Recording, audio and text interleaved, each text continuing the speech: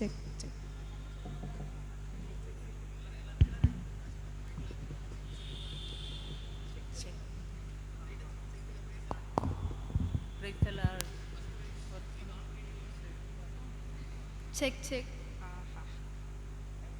Check check check check check check. Hello check.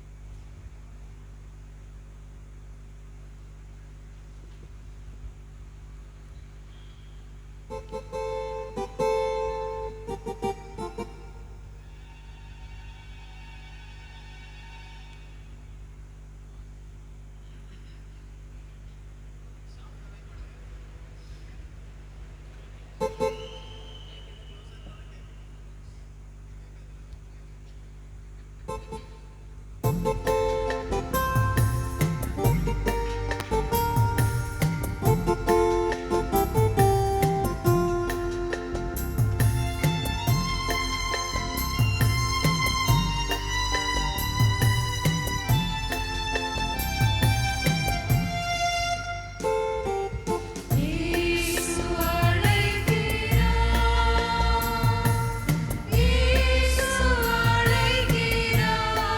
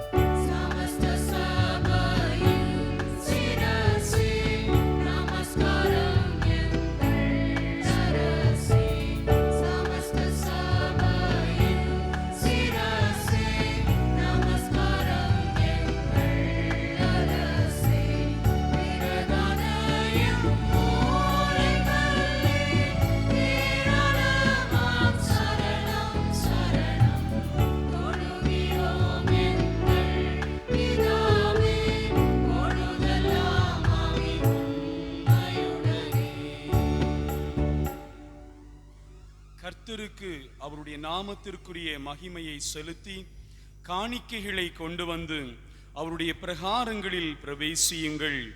அவன் விசனமாயும் அல்ல கட்டாயமாயும் அல்ல, தன் மனதில் நியமித்திருக்கிறபடியே கொடுக்க கடவன். உற்சாகமாய் கொடுக்கிறவனிடத்தில் தேவன் பிரியமாயிருக்கிறார். உன் பொருளாலும் உன் எல்லா விளைவின் முதற் பலனாலும் கர்த்தரை கனம் பண்ணு.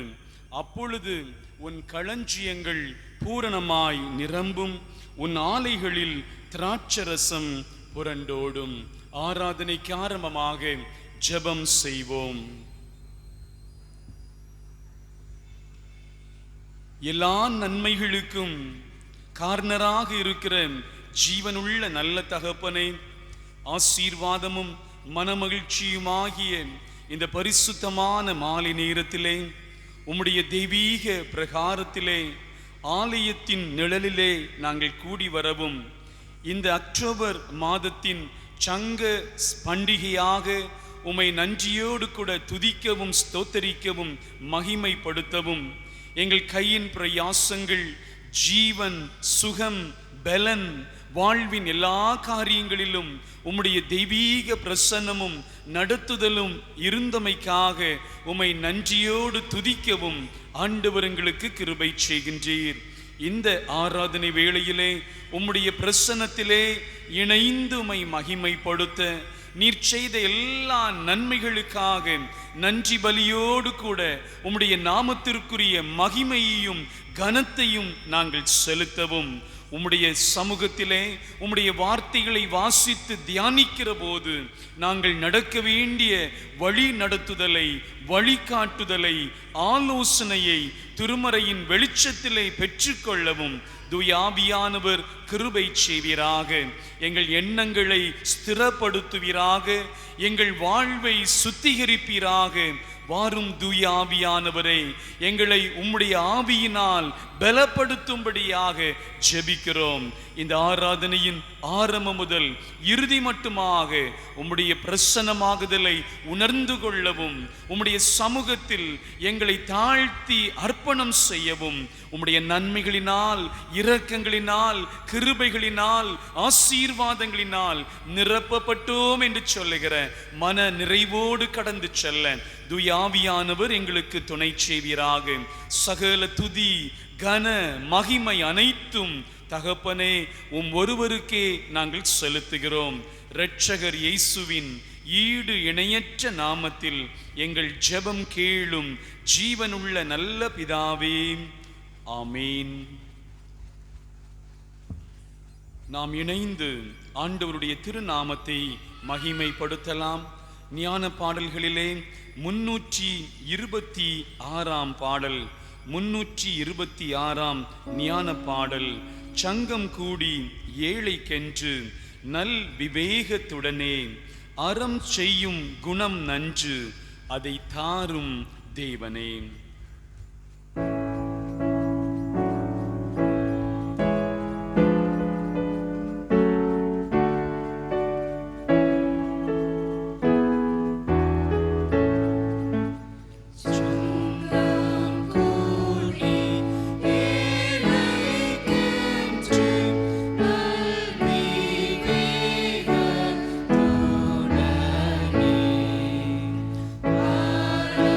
See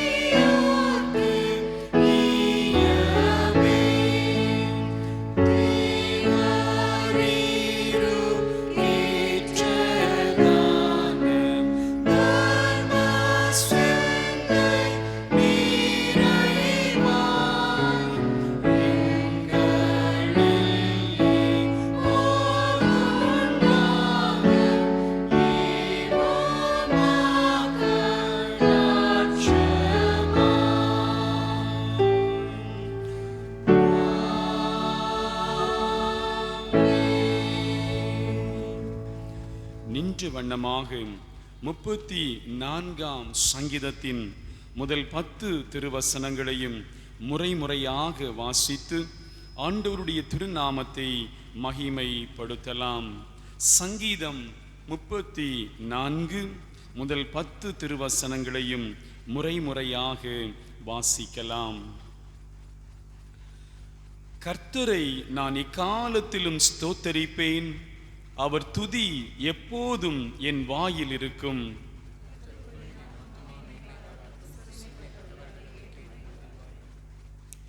என்னோடே கூட கர்த்தரை மகிமைப்படுத்துங்கள், நாம் ஒருமித்து அவர் நாமத்தை உயர்த்துவோமாக.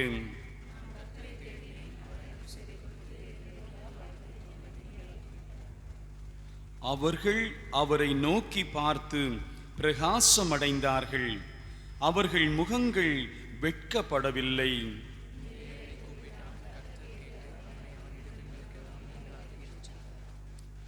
கர்த்தருடைய தூதன் அவருக்கு பயந்தவர்களை சூழ பாளையம் இறங்கி அவர்களை விடுவிக்கிறார்.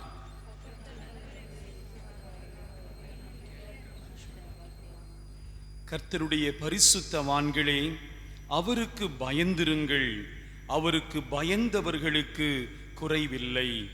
சிங்கக்குட்டிகள் தாழ்ச்சியடைந்து பட்டினியாயிருக்கும், கர்த்தரை தேடுகிறவர்களுக்கோ ஒரு நன்மையும் குறைவுபடாது.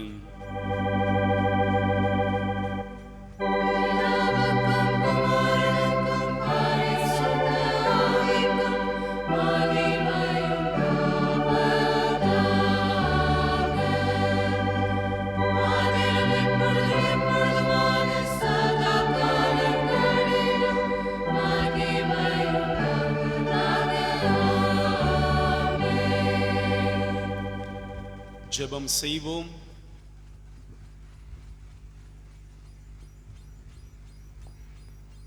இந்த சிறப்புமிக்க ஆராதனை வேளையிலே சங்க பண்டிகையாக சபையோராக ஆலயத்திலே சங்கமித்து ஆண்டவர் செய்த நன்மைகளுக்காக துதி ஸ்தோத்திரங்களை செலுத்தும்படியாக பெற்றுக்கொண்ட சகல ஆசீர்வாதங்களையும் நினைத்து ஆண்டவரை மகிமைப்படுத்தும்படியாக நாம் கூடி வந்திருக்கிறோம். பெற்றுக்கொண்ட சகல ஆசீர்வாதங்களுக்காக ஆண்டவருக்கு நன்றி செலுத்தும் முன்பதாக நம்முடைய பலவீனங்களுக்காக, நம்முடைய குறைகளுக்காக, நம்முடைய அக்கிரமங்களுக்காக, நம்முடைய பாவ செயல்களுக்காக தெய்வ சமூகத்திலே மன்னிப்பு கேட்க வேண்டும். பரிசுத்தம் இல்லாமல் யாரும் ஆண்டவரை தரிசிக்க முடியாது. இந்த ஆராதனை வேளை அர்த்தமுள்ள ஆராதனையாக, ஆசீர்வாதமான ஆராதனையாக, ஆண்டவருக்குரிய மகிமையை கனத்தை நாம் செலுத்துகிற ஆராதனையாக காணப்பட வேண்டும் என்று சொன்னால், நம்மில் காணப்படுகிற அக்கிரமங்கள், அநியாயங்கள், ஆண்டவருக்கு விருப்பமில்லாத சகல காரியங்களையும் உணர்ந்து தெய்வ சமூகத்திலே முற்றிலுமாக நம்மை ஒப்பு கொடுக்கும்படியாக அழைக்கப்படுகிறோம். நன்மை செய்ய வேண்டும், நல்லவர்களாக வாழ வேண்டும், பரிசுத்தமான வழியிலே நடக்க வேண்டும், என் ஆண்டவருக்கு பிரியமுள்ள வாழ்வு வாழ வேண்டும் என்று நாம் பிரயாசப்படுகின்ற அதே நேரத்திலே பல தருணங்களிலே நாம் விழுந்து போய் நிற்கிறோம் அல்லவா? இந்த வேளையிலே நமக்கும் ஆண்டவர் இயேசு கிறிஸ்துவுக்கும் இடையே காணப்படுகிற அந்த உறவிலே விரிசல்கள், உடைவுகள் காணப்படுமே என்று சொன்னால், நம்முடைய பரிசுத்த வாழ்க்கையிலே குறைபாடுகள் காணப்படுமே என்று சொன்னால், நம்முடைய ஆன்மீக ஜீவியத்திலே ஆண்டவருக்கு விருப்பமில்லாத செயல்பாடுகள் இருக்குமே என்று சொன்னால், தெய்வ சமூகத்தில் மனத்தாழ்மையோடு கூட நம்மையும் நம்முடைய வாழ்வையும் ஒப்பு கொடுப்போம். தெய்வ பிரசன்னத்திலே 2 பேர் ஜெபிக்கும்படியாக கடந்து வந்தார்கள். ஒருவன் ஆண்டவருக்காக, அவருடைய நாமத்திற்காக தான் செய்கிற காரியங்களை குறித்து பெருமையாக பேசிக்கொண்டான், நினைத்து கொண்டான். ஆனால் மற்றொருவனோ, பாவியாகி என் மேல் கிருபையாயிரும், என் பாவங்களை மன்னியும் என்று சொல்லி ஆண்டவருடைய சமூகத்திலே தன்னை தாழ்மையோடு ஒப்பு கொடுத்தான். அவன் அல்ல, இவனே நீதிமானாக்கப்பட்டவனாக ஆலய பிரகாரங்களிலிருந்து கடந்து சென்றான் என்று திருமறையில் வாசிக்கின்றோமே. ஆண்டவருக்கு விருப்பமில்லாத எல்லா பாவ சுவாபங்களும் நம்முடைய வாழ்விலிருந்து அகற்றப்படட்டும். உன்னை போல பிறனை நேசி என்று ஆண்டவர் கற்று தந்தாரே. ஆண்டவருடைய அன்பை அறிந்த பிள்ளைகள் நாம் கிறிஸ்துவை உடையவர்கள் என்று நம்மை அடையாளப்படுத்திக் கொள்கிறோம். கிறிஸ்து நம்மிலே செயல்படுகிறாரா? தெய்வீக அன்பு நம்மிலிருந்து வெளிப்படுகிறதா? மற்றவர்களைப் போல நீங்களும் நானும் அன்பற்றவர்களாக இந்த உலகத்தாரை போல வாழ்ந்து கொண்டிருக்கிறோமா? தெய்வ அன்பு நம்மை நிரப்பட்டும். நம்ம குடும்பத்திற்குள்ளாக, நம்முடைய உறவுகளுக்குள்ளாக ஏற்பட்டிருக்கிற பகையின் உணர்வுகள், கசப்பான அனுபவங்கள், மனஸ்தாபங்கள், வைராக்கியங்கள் இவைகள் அகற்றப்பட்டு ஒப்புரவாகும்படியாக நாம் சகோதரர்கள் உன்னுடைய முகத்தை பார்ப்பது தேவனுடைய முகத்தை பார்ப்பது போல் இருக்கிறது என்று சொல்லுகிற அந்த அனுபவம் நம்முடைய உறவுகளிலே ஏற்படும்படியாக ஆண்டவருடைய சமூகத்திலே மனத்தாழ்மையோடு கூட நம்மை தாழ்த்தி ஒப்பு கொடுப்போம். என்னில் ஒன்றுமில்லை அப்பா, என் ஞானம், கல்வி, செல்வம் எல்லாம் ஒன்றுமில்லை, குப்பை என்று எண்ணுகிறேன். தகப்பனே, என் நீதி நியாயங்கள் எல்லாம் அழுக்கான கந்தையாக காணப்படுகிறது. அனுதினமும் உமக்குள்ளாக நான் வளரும்படியாக, உம்மிலே நான் நிலைத்து நிற்கும்படியாக, நீர் விரும்புகிறபடி வாழும்படியாக எனக்கு அனுக்கிரகம் தாரும், எனக்கு கிருபை தாரும் என்று சொல்லி ஜெபிப்போமா? ஆண்டவருடைய சமூகத்திலே உணர்த்தப்பட்ட பாவங்களுக்காக மனம் திருந்தி வாழ வேண்டும், மனம் திரும்பி வாழ வேண்டும் என்று ஆண்டவருடைய சமூகத்தில் நம்மை ஒப்பு கொடுத்திருப்போமே என்று சொன்னால், யார் யார் உண்மையான மனஸ்தாபத்தோடு கூட தேவ சமூகத்தில் தங்களையும் தங்கள் வாழ்வையும் அர்ப்பணம் செய்திருக்கிறார்களோ, சர்வ வல்லமையுள்ள ஆண்டவர் நம் பாவங்களை மன்னித்திருக்கிறார். தம் தூய இரத்தத்தினால் நம்மை கழுவி சுத்திகரித்திருக்கிறார்.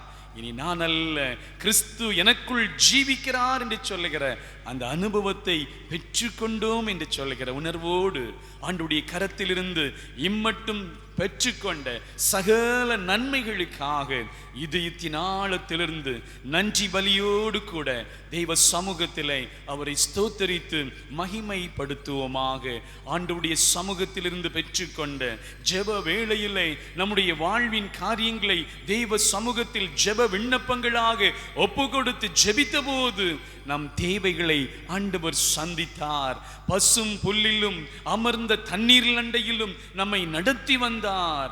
அவருடைய கிருபைக்காக, அவருடைய ஆச்சரியமான நடத்துதலுக்காக நன்றியோடு கூட அவரை ஸ்தோத்தரிப்போமாக. நெருக்கப்பட்ட வேளைகளிலும் நாம் மடிந்து போகாதபடிக்கு நம்மை பலப்படுத்தினாரே, நம்மை தாங்கினாரே. எல்லா சூழ்நிலைகளிலும் அவருடைய பிரசன்னம், அவருடைய கரம் நம்மோடு கூட இருந்தபடியினாலே தெய்வாதி தேவனை நன்றியோடு கூட நாம் ஸ்தோத்தரிப்போம். அவர் நல்லவர், சர்வ வல்லவராக இருக்கிறார். அவருடைய கிருபை, அவருடைய வாக்கு என்றென்றும் மாறாததாக இருக்கிறபடியினாலே மன நிறைவோடு கூட ஆண்டவரை ஸ்தோத்தரிப்போம்.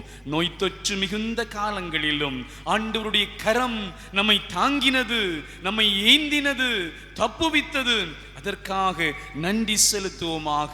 தகப்பனே, எங்கள் வாழ்விலே நீர் தந்து வந்த சகலவிதமான நன்மைகளுக்காக, நடத்துதலுக்காக உம்மை துதிக்கிறோம் சுவாமி.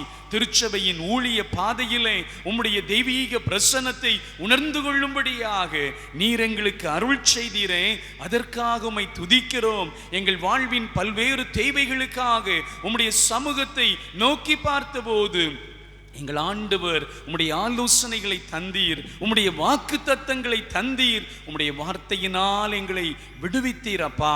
பலவீன நேரங்களில் உம்முடைய பலன் எங்களை தாங்கிக் கொண்டது.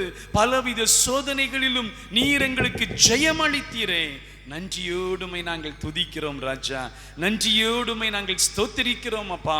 கையின் பிரயாசங்களை ஆசீர்வதித்தீர், ஜீவனையும் சுகத்தையும் பலத்தையும் தந்தீர். எங்கள் வாழ்விற்காக, சந்ததிகளுக்காக, தலைமுறைக்காக நாங்கள் எடுத்துக்கொண்ட முயற்சிகள், பிரயாசங்களை நீர் வாய்க்கச் செய்தீரே அப்பா.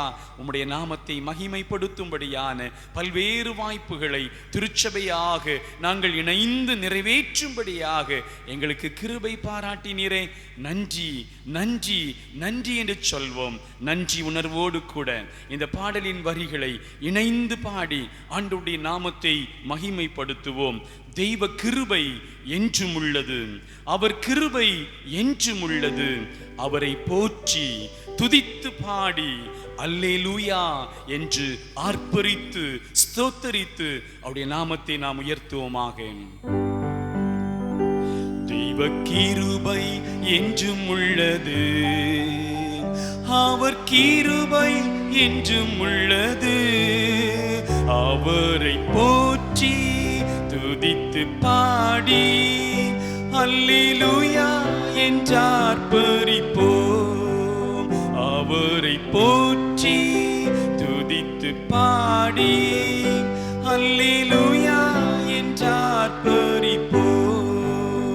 நெருக்கப்பட்டும் மடிந்திடாமல் கர்த்தர்தாம் நம்மை காத்ததாலே, நெருக்கப்பட்டும் மடிந்திடாமல் கர்த்தர்தாம் நம்மை காத்ததாலே, அவர் நல்லவர், அவர் வல்லவர், அவர் கிருபை என்றும் உள்ளது.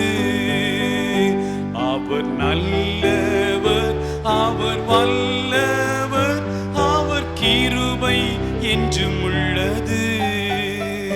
தெய்வ கிருபை என்றும் உள்ளது, அவர் கிருபை என்றும் உள்ளது. அவரை போற்றி துதித்து பாடி அல்லேலூயா என்றார்ப்பரிப்போம். அவரை போற்றி துதித்து பாடி அல்லேலூயா என்றார்ப்பரிப்போம். நீர் நல்லவர் சுவாமி, நீர் வல்லவர், வாக்கு மாறாதவர். கடந்து வந்த பாதைகளை நாங்கள் திரும்பி பார்த்து மனதார உமக்கு நன்றி பலிகளை ஏறெடுக்கிறோம். எங்கள் வாழ்வின் எல்லா தேவைகளையும் நீர் சந்தித்தீர், குறைவுகளை நிறைவாக்கினீர். முழு இருதயத்தோடுமை நாங்கள் துதிக்கிறோம், ஸ்தோத்திரிக்கிறோம், மகிமைப்படுத்துகிறோம் என்று சொல்கிற நாம் சங்கீதக்காரனாகிய தாவீதோடு கூட இணைந்து கர்த்தருடைய நாமத்தை மகிமைப்படுத்துவோம். என் ஆத்துமாவே கர்த்தரை ஸ்தோத்திரி, என் முழு உள்ளமே அவருடைய பரிசுத்த நாமத்தை ஸ்தோத்திரி. என் ஆத்துமாவே கர்த்தரை ஸ்தோத்திரி, கர்த்தர் செய்த சகல உபகாரங்களையும் மறவாதே. ஆமீன். அமருங்கள்.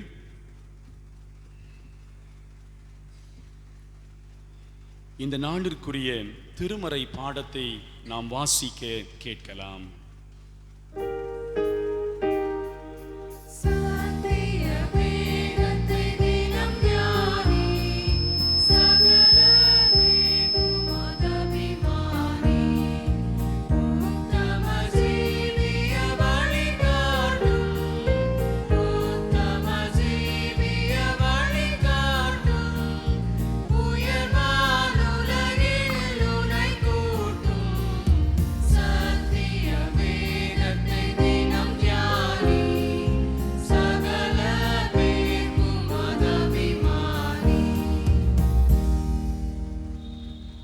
வாசிக்கும்படியாக கொடுக்கப்பட்ட திருமறை பாடம் ஆதியாகமம் 35ஆம் அதிகாரம் வசனங்கள் 1 முதல் 4 வரை. ஆதியாகமம் 35 1 முதல் 4ஆம் வசனம் வரை. தேவன் யாக்கோபை நோக்கி, நீ இழந்து பெத்தேலுக்கு போய் அங்கே குடியிருந்து நீ உன் சகோதரனாகிய ஏசாவின் முகத்திற்கு விலகி ஓடிப்போகிறது போது உனக்கு தரிசனமான தேவனுக்கு அங்கே ஒரு பலிபீடத்தை உண்டாக்கு என்றார். அப்பொழுது யாக்கோபு தன் வீட்டாரையும் தன்னோட கூட இருந்த மற்ற அனைவரையும் நோக்கி, உங்களிடத்தில் இருக்கிற அந்நிய தெய்வங்களை விலக்கி போட்டு உங்களை சுத்தம் பண்ணி கொண்டு உங்கள் வஸ்திரங்களை மாற்றுங்கள். நாம் எழுந்து பெத்தேலுக்கு போவோம், வாருங்கள். எனக்கு ஆபத்து நேரிட்ட நாளில் என் விண்ணப்பத்துக்கு உத்தரவு அருளி செய்து நான் நடந்த வழியிலே என்னோட கூட இருந்த தேவனுக்கு அங்கே ஒரு பலிபீடத்தை உண்டாக்குவேன் என்றான். அப்பொழுது அவர்கள் தங்கள் கையில் இருந்த எல்லா அந்நிய தெய்வங்களையும் தங்கள் காதணிகளையும் யாக்கோபினிடத்தில் கொடுத்தார்கள். யாக்கோபு அவர்களை சீகோம் ஊர் அருகே இருந்த ஒரு கர்வாலி மரத்தின் கீழே புதைத்து போட்டான் என்பவைகளே. கர்த்தருக்கு மகிமை உண்டாதாக. ஜெபம் செய்வோம். ஆண்டுடைய சமூகத்தில் நம்முடைய மன்றாட்டுக்களை ஜெப விண்ணப்பங்களாக ஏறெடுப்போம். ஜெபத்தை கேட்கிறவரே, மாம்சமான யாவரும் உம்மண்டை வருவார்கள் என்று சொன்ன உம்முடைய வார்த்தையின்படி இந்த ஆராதனை வேளையிலே சங்க பண்டிகையாக சங்கமித்து உம்முடைய சமூகத்திலிருந்து பெற்றுக்கொண்ட நன்மைகளுக்காக உம்மை துதிக்க, ஸ்தோத்தரிக்க, மகிமைப்படுத்த, நன்றி செலுத்த, உம்மை ஆராதிக்க ஆண்டவர் கிருபை செய்கிறீர். எங்கள் வாழ்வை ஆராய்ந்து உம்முடைய சமூகத்திலே எங்களை ஒப்பு கொடுக்க, அர்ப்பணிக்க ஆண்டவர் கிருபை செய்தீர். இந்த ஜெப வேளையிலும் எங்களுடைய வாழ்வின் அவசியங்களை விண்ணப்பங்களாக உம்முடைய சமூகத்தில் சொல்லி ஜெபிக்கிற போது எங்கள் ஆண்டவர் உம்முடைய சித்தத்தின்படியே எங்கள் வாழ்வின் நன்மைகளை தந்து எங்களுக்கு உதவி செய்ய வேண்டும் என்று சொல்லி நாங்கள் ஜெபிக்கிறோம். இந்த பகுதியிலே உம்முடைய நாமத்தை மகிமைப்படுத்தும்படியாக 2 நூற்றாண்டுகளுக்கு முன்பதாக ஆண்டவர் ஏற்படுத்தி தந்த அழகிய திருச்சபைக்காக, திருச்சபையின் சகல ஊழியங்களுக்காக, ஆராதனை வேளைகளுக்காக, ஜெப ஐக்கியங்களுக்காக, மிஷனரி பணிகளுக்காக, சமுதாய பணிகளுக்காக உம்மை நோக்கி பார்க்கிறோம் சுவாமி. கடந்த நாட்களிலே எங்கள் ஆண்டவருடைய நாமத்தை நாங்கள் மகிமைப்படுத்தினோம். உம்முடைய நாமத்திற்குரிய பல்வேறு திருப்பணிகளை நாங்கள் நிறைவேற்றினோம். வருகின்ற காலங்களிலே இன்னும் உற்சாகமாய் உம்முடைய பணிவிடைகளுக்காய் கைகோர்த்து ஏகோபித்து உம்முடைய தெய்வீக ஊழியங்களை நிறைவேற்ற தேவாவியானவர் சபையாக எங்களை பரிசுத்தப்படுத்தி, பலப்படுத்தி, பயன்படுத்தி அருள வேண்டும் என்று சொல்லி நாங்கள் ஜெபிக்கிறோம். திருச்சபையின் ஊழியங்களை பொறுப்பாக ஒருமுகப்படுத்தி நடத்துகிற செயற்குழுவிற்காக, செயற்குழுவின் ஒவ்வொரு அங்கத்தினர்களுக்காக, ஒவ்வொரு சங்க பொறுப்பாளர்களுக்காக நாங்கள் ஜெபிக்கிறோம். இந்த நாட்களிலே முந்தின நாட்களைப் போல எல்லா ஊழியங்களையும் நாங்கள் நிறைவேற்ற முடியாத சூழ்நிலையிலே வைக்கப்பட்டிருக்கிறோம். ஏற்ற நாட்களிலே இந்த தடைகள் எல்லாம் மாறவும், விடுதலையோடு கூட உம்முடைய சமூகத்திலே எல்லாரும் கூடி வந்து உம்மை ஆராதிக்க, திருப்பணிகளை நிறைவேற்ற தெய்வாவியானவர் எங்களுக்கு துணை செய்வீராக. யாபேஸ் ஜெபித்ததை போல நாங்களும் ஜெபிக்கிறோம். எங்கள் ஊழிய எல்லைகள் விஸ்தாரமடையட்டும் சுவாமி. தரிசனத்தோடு ஆண்டவருக்கு விருப்பமான, ஆண்டவருடைய நாம மகிமைக்கான பணிவிடைகளை நாங்கள் இணைந்து நிறைவேற்றி ஆத்தும ஆதாய பணிகளிலே முன்னின்று செயல்பட தேவாவியானவர் கிருபை செய்வீராக. மிஷனரி பணி ஸ்தாபனங்களிலே ஆண்டவருடைய நாம மகிமைக்காக எங்கள் சார்பிலே ஊழியம் செய்து கொண்டிருக்கிற அருட்பணியாளர்களுக்காக, அவர்கள் நிறைவேற்றுகிற பல்வேறு திருப்பணிகளுக்காக நாங்கள் ஜெபிக்கிறோம். தம்முடைய பிள்ளைகளையும் அவருடைய பணித்தளங்களிலே நடைபெறுகிற ஊழியங்களையும் ஆண்டவர் ஆசீர்வதிப்பீராக. நாங்கள் சார்ந்திருக்கிற கன்னியாகுமரி பேராயத்திற்காக, அன்பிற்குரிய பேராயருக்காக, பேராய தலைவர்களுக்காக, நிறுவனங்களுக்காக, திருச்சபைகளுக்காக ஜெபிக்கிறோம். எங்கள் ஆண்டவருடைய நாமத்தை மகிமைப்படுத்துகிற ஊழியங்கள் மென்மேலும் பெருகும்படியாக ஆண்டவர் கிருபை செய்வீராக. திருச்சபையின் விசுவாச வீட்டாரை உம்முடைய சமூக சமூகத்திலே ஒப்பு கொடுத்து ஜெபிக்கிறோம். எங்கள் குடும்பங்களிலே தந்திருக்கிற சின்னம் சிறு பிள்ளைகள், வாலிப பிள்ளைகள் உம்முடைய தெய்வீக கிருபைகளை பெற்றுக்கொள்வார்களாக. உலக பிரகாரமான ஞானத்திலே அவர்கள் வளர்வதற்காக பல முயற்சிகளை நாங்கள் எடுக்கிறோம். எங்கள் ஆண்டவரை அறிகிற அறிவிலே, பரிசுத்தத்திலே வளர பெருக ஆண்டவரே நீர் கிருபை செய்வீராக. உலகம், மாமிசம், பிசாசு என்னும் தீய சக்திகளை ஜெயிக்கும்படியான ஆற்றலை ஆண்டவருக்காக பரிசுத்தமான வாழ்வு வாழுகின்ற அந்த நிலைகளிலே எங்கள் பிள்ளைகள் வளரும்படியாக தகப்பனே நீர் கிருபை செய்வீராக. உயர் கல்விகளுக்காய், பல தேர்வுகளுக்காய், வேலைவாய்ப்பின் நன்மைகளுக்காய் ஆயத்தப்பட்டு கொண்டிருக்கிற பிள்ளைகள் உண்டு. திருமண வாழ்விற்காக ஆயத்தப்படுகிற பிள்ளைகள் உண்டு. சுவாமி, எங்கள் ஆண்டவர் தருகிற ஆசீர்வாதமான வாழ்வை உமக்குள்ளாக பெற்றுக்கொள்வார்களாக. கர்ப்பத்தின் கனியை ஏந்தி நிற்கிற சகோதரிகளை ஆண்டவர் பலப்படுத்தி ஏற்ற நாட்களிலே கருவிலே வளர்ந்து வருகிற குழந்தையை பரிபூர்ணமான வளர்ச்சியோடு, லகுவான விடுதலையோடு கரங்களிலே ஏந்தி நன்றி செலுத்த தகப்பனே நீர் கிருபை செய்வீராக. நல்ல தகப்பனே, குழந்தை செல்வங்களுக்காக உம்மை நோக்கி பார்க்கிற குடும்பங்கள் உண்டு.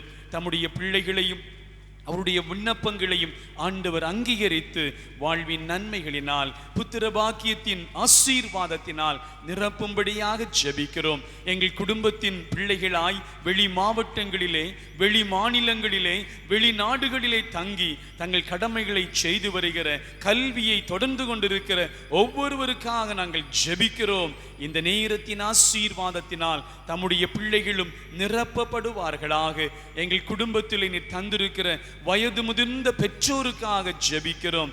பலன் குறைந்து போன நிலைமையிலே அநேகர் தனிமையிலே இருக்கின்றார்கள். சுவாமி, எங்கள் ஆண்டவருடைய பிரசன்னம் அவர்களோடு கூட இருக்கட்டும். பிள்ளைகளின் மூலமாக கிடைக்க பெற வேண்டிய பராமரிப்பை அவர்கள் பெற்றுக்கொள்வார்களாக.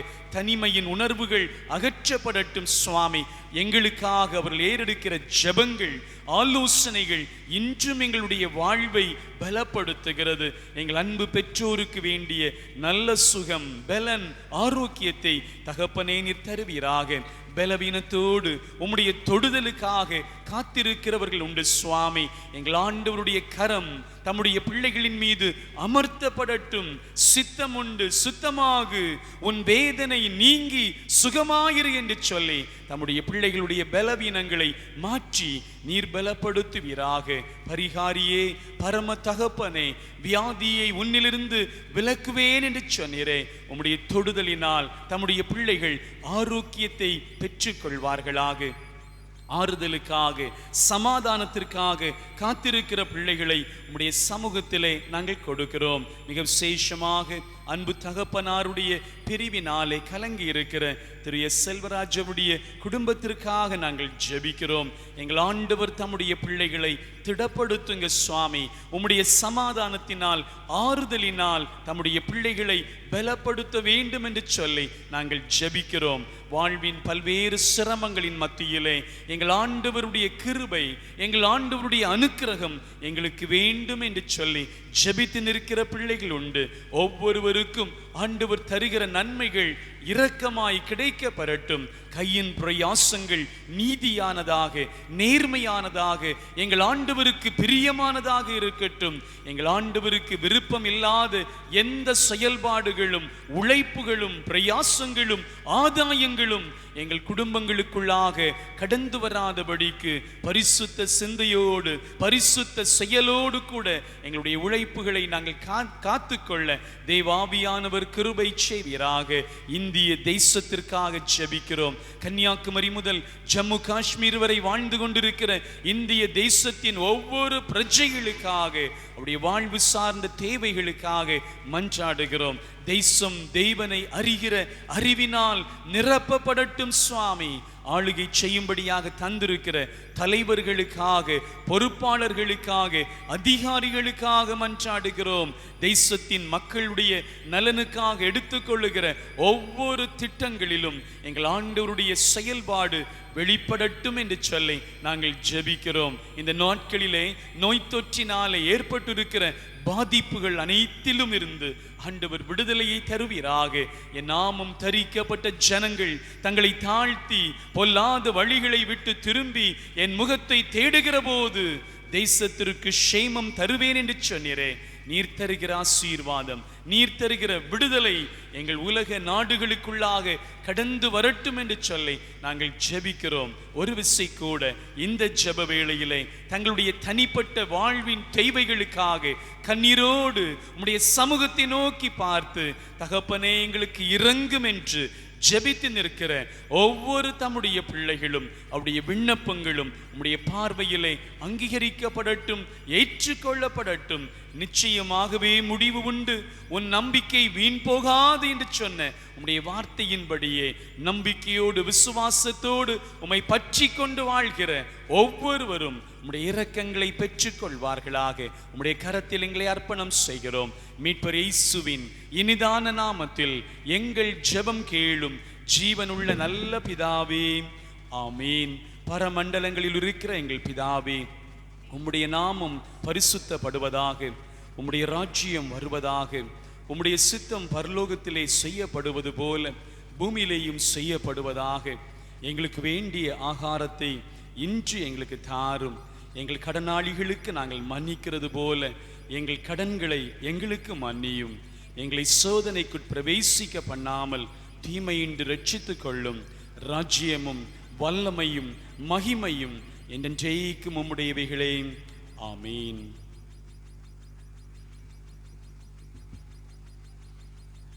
பாடகர் குழுவினர் சிறப்பு பாடல் பாடுகின்ற போது ஆண்டவருடைய நாம மகிமைக்கான காணிக்கைகள் பெற்றுக்கொள்ளப்படும்.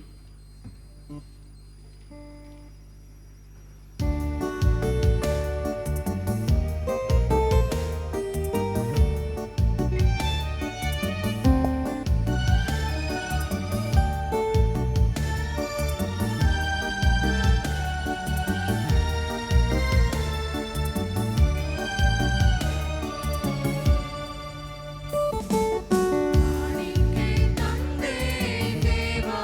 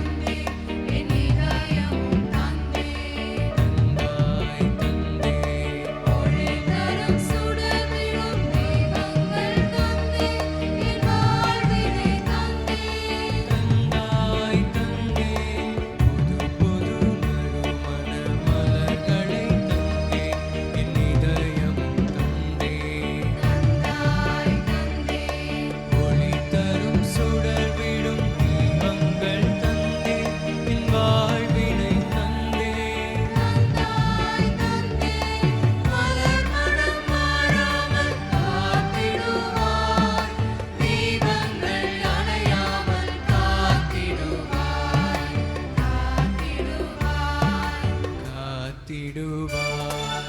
காணிக்கை தந்தேன் தேவா, கனிவாய் பலியாய் ஏற்பாய். கரங்களில் ஏந்திய பலிபொருள் பலியாய் என்னையே அர்ப்பணம் செய்தேன். கனிவாய் பலியாய்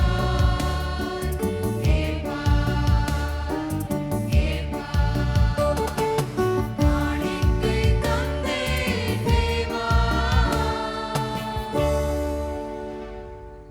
ஆண்டுடைய சமூகத்தில் நாம் தந்திருக்கிற காணிக்கைகளுக்காக நன்றி செலுத்தி ஜெபிப்போம். சங்க ஸ்தோத்திர பண்டிகையாக நீர் செய்த நன்மைகளுக்காக, தந்த சுகத்திற்காக, தெய்வீக நடத்துதலுக்காக உம்முடைய ஆலய பிரகாரங்களிலே நாங்கள் சங்கமித்து கூடி வரும்படியாக, காணிக்கைகளோடு கூட நன்றி பலிகளோடு உம்மை பணிந்து கொள்ளும்படியாக எங்கள் ஆண்டவர் கிருபை செய்தீர். சங்க பண்டிகை காணிக்கையாக, மாதாந்திர ஸ்தோத்திர காணிக்கையாக, நற்செய்தி பணி காணிக்கையாக, பை காணிக்கையாக, முதற்பலன் காணிக்கையாக, பொருள் காணிக்கையாக, ஸ்தோத்திர பலியோடு உம்முடைய சமூகத்திலே தரப்பட்டிருக்கிற அத்தனை காணிக்கைகளையும் ஆண்டவருடைய சமூகத்தில் நாங்கள் அர்ப்பணம் செய்கிறோம். ஒரு புதிய ஆண்டிற்குள்ளாக நாங்கள் பிரவேசிக்க எங்களுக்கு உதவி செய்தீரே என்று சொல்லி பிறந்த நாள் காணிக்கையை தந்து மகிழ ஆண்டவர் கிருபை செய்திருக்கிறீர். நேர்ச்சியோடும் பொருத்தனையோடும் உம் சமூகத்தில் தரப்பட்டிருக்கிற அத்தனை காணிக்கைகளின் மூலமாக ஆண்டவருடைய நாமம் மகிமைப்படுத்தப்பட வேண்டும். தேவ ராஜ்யத்திற்கு அடுத்த ஊழியங்கள் இன்னும் மென்மேலும் வளர வேண்டும், பெருக வேண்டும், நடைபெற வேண்டும். உம்முடைய வார்த்தைகளை கேட்கும்படியாக நாங்கள் ஆவலோடு காத்திருக்கிறோம். நாங்கள் நடக்க வேண்டிய ஆலோசனைகளை, வழிகாட்டுதலை உம்முடைய வார்த்தையின் வெளிச்சத்திலே பெற்றுக்கொள்ள ஆவியானவர் எங்களுக்கு துணை செய்வீராக. உம்முடைய கரத்திலேயே எங்களை ஒப்புக் கொடுக்கிறோம். மீட்பர் இயேசுவின் நாமத்தில் எங்கள் ஜெபம் கேளும் ஜீவனுள்ள நல்ல பிதாவே, ஆமேன். சபையாருக்கான சில அறிவிப்புகள். கடந்த நாட்களிலே காணிக்கை தந்தவர்களுடைய பெயர் விவரங்கள். தும்பை பணித்தள பராமரிப்பிற்காக திரு R Rejin Raj Manuel son of R Ravi Ponkumar அவர்கள் 15,000 ரூபாய் கொடுத்துள்ளார்கள். காலம் சென்ற சுவிசேஷகர் சாமுவேல் அவருடைய நினைவாக அவருடைய துணைவியார் திருமதி எஸ்தர் ராணி அவர்கள் நியான் லைட்டுக்காக 10,000 ரூபாய் கொடுத்துள்ளார்கள். C Colvin Sara daughter of Cyril அவருடைய பெயரால் 1,500 ரூபாய் நியான் லைட்டுக்காக கொடுக்கப்பட்டிருக்கிறது. குழந்தைகள் அர்ப்பணிப்பிற்காக திருமதி கமலாபாய் செல்வராஜ் அவர்கள் 25 டவல்கள் காணிக்கையாக தந்திருக்கிறார்கள். இந்த காணிக்கைகளின் மூலமாக ஆண்டவருடைய நாமம் மகிமைப்படட்டும். கொடுத்த தம்முடைய பிள்ளைகள் ஆண்டவருடைய நிறைவான நன்மைகளை பெற்றுக்கொள்வார்களாக. பண்டிகை காலங்களுக்காக நாம் ஜெபத்தோடு ஆயத்தப்படுகிறோம். ஏற்ற நாட்களிலே இந்த தடைகள் எல்லாம் மாறி ஆண்டுடைய சமூகத்திலே கூடி கிறிஸ்து பிறப்பு புத்தாண்டு பண்டிகை நாட்களை நாம் கொண்டாடலாம் என்று சொல்லி எதிர்பார்க்கிறோம். களியல் பயிற்சி வருகின்ற ஞாயிறு முதல் ஆரம்பமாக இருக்கின்றன. 8ஆம் வகுப்பு அதற்கு மேற்பட்ட வகுப்பிலே படிக்கின்றவர்கள் இந்த பயிற்சியிலே உங்களை இணைத்து கொள்ளும்படியாக ஞாயிறு மாலை 4 மணிக்கு ஆலய பிரகாரங்களிலே கடந்து வர அன்போடு கூட கேட்டுக்கொள்கிறோம். கிறிஸ்துவில் அருமையானவர்களே, நாம் ஏற்கனவே அறிவித்தபடி இந்த நாள் சங்க பண்டிகையாக ஆண்டவருடைய பிரசன்னத்திலே நாம் சங்கமித்து ஆண்டவருடைய கரத்திலிருந்து பெற்றுக்கொண்ட நன்மைகளுக்காக, கிருபைகளுக்காக, நடத்துதலுக்காக மனதார சபையாக அவரை ஸ்தோத்தரித்து மகிமைப்படுத்தி கொண்டிருக்கிறோம். இந்த நாளிலே கர்த்தருடைய ஜீவனுள்ள வார்த்தையை சிறப்பு செய்தியாக நம்மோடு பகிர்ந்து கொள்ளும்படியாக நாகர்கோயில் கல்வாரி லுதரன் திருச்சபையினுடைய தலைமை ஆயர் அருள் திரு ஜி சகாயதாஸ் ஐயர் அவர்கள் நம் மத்தியிலே வந்திருக்கிறார்கள். கடந்த ஆண்டுகளிலே நான் பஹ்ரைன் தேசத்திலே ஊழியம் செய்தபோது அங்கு அவருடைய திருச்சபை சார்ந்த சில குடும்பங்களும் பணியாற்றுகிறார்கள். அந்த திருச்சபையிலே அங்கத்துவம் வைத்திருந்தார்கள். அன்பு போதகர் அவர்களும் பஹ்ரைன் தேசத்திலே கடந்து வந்து நாங்கள் இணைந்து சில நாட்கள் ஆண்டுடைய திருப்பணிகளை நிறைவேற்றும்படியான பாக்கியத்தை பெற்றுக்கொண்டோம். ஊழியத்திலே முதிர்ச்சியான அனுபவமுடைய அன்பு போதகர், மிக எளிமையாக அன்போடு கூட பழகுகின்றவர்கள்.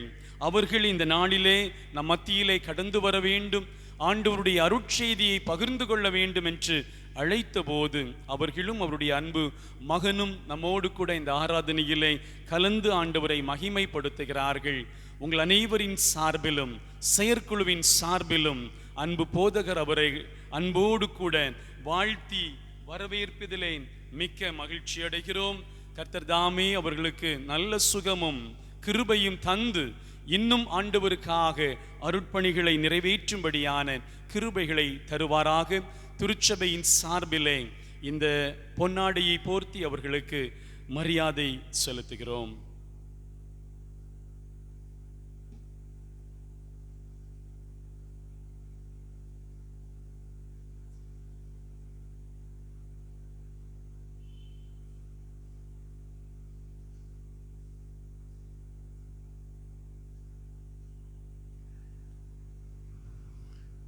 ஆண்டவருடைய வார்த்தையை கேட்கும்படியாக நாம் ஆயத்தப்படுவோம். மீட்பின் கீதங்களிலே 114வது பாடல். எந்தன் கண்மலையானவரே, என்னை காக்கும் தெய்வம் நீரே, வல்லமை மாட்சிமை நிறைந்தவரே, மகிமைக்கு பாத்திரரே. கரங்களை தட்டி எழுந்து நின்று இணைந்து பாடி ஆண்டவருடைய நாமத்தை மகிமைப்படுத்தலாம்.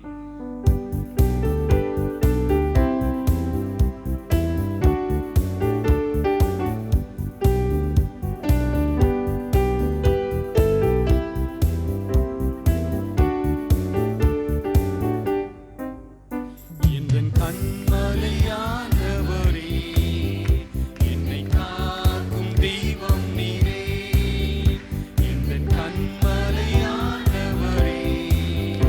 என்னை